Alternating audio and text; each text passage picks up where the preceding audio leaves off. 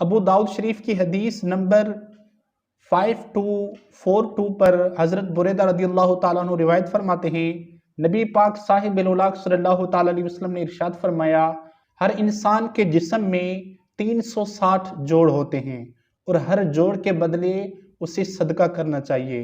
نبی پاک صاحب الولاق صلی اللہ تعالیٰ علیہ وسلم نے جب یہ ارشاد فرمایا تو صحابہ کرام رضوان اللہ تعالیٰ علیہم اجمعین نے عرض کی کہ یا رسول اللہ، اس کی کون طاقت رکھتا ہے؟ تو نبی علیہ السلام نے ارشاد فرمایا، اگر یہ نہ کر پاؤ تو اگر مسجد میں پاؤ تھوک کو پاؤ تو اسے دفنا دو، یا راستے پر تکلیف دہ چیز پاؤ تو اس کو ہٹا دو۔ اگر یہ نہ پاؤ تو نبی علیہ السلام نے ارشاد فرمایا 2 رکعت نماز کی چاشت پڑھو، یہ تمہارے لیے کافی ہے، یعنی ہر جوڑ کے بدلے میں صدقہ ہو جائے گا۔ سبحان اللہ، کیا عظمتوں والی حدیث سے فرمایا گیا کہ ہر جوڑ کے بدلے صدقہ۔ اگر کوئی 2 رکعت نماز چاشت پڑھتا ہے گویا کہ اس نے پورے جسم کے بدلے صدقہ کر دیا، تو ہمیں یہ ضرور پڑھنی چاہیے۔ ترمذی شریف کی حدیث نمبر 586 پر یہ حدیث تحریر ہے۔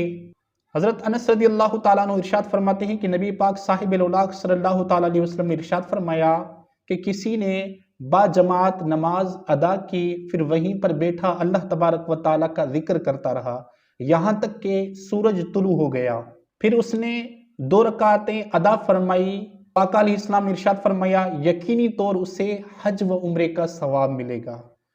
آقا علیہ السلام نے کتنا کرم فرما دیا ہم غریب امت پر کہ اگر آپ 2 رکعت چاشت کے ادا کر لیتے ہو، رب العالمین تمہیں حج و عمرے کا ثواب عطا فرمائے گا۔ سبحان اللہ۔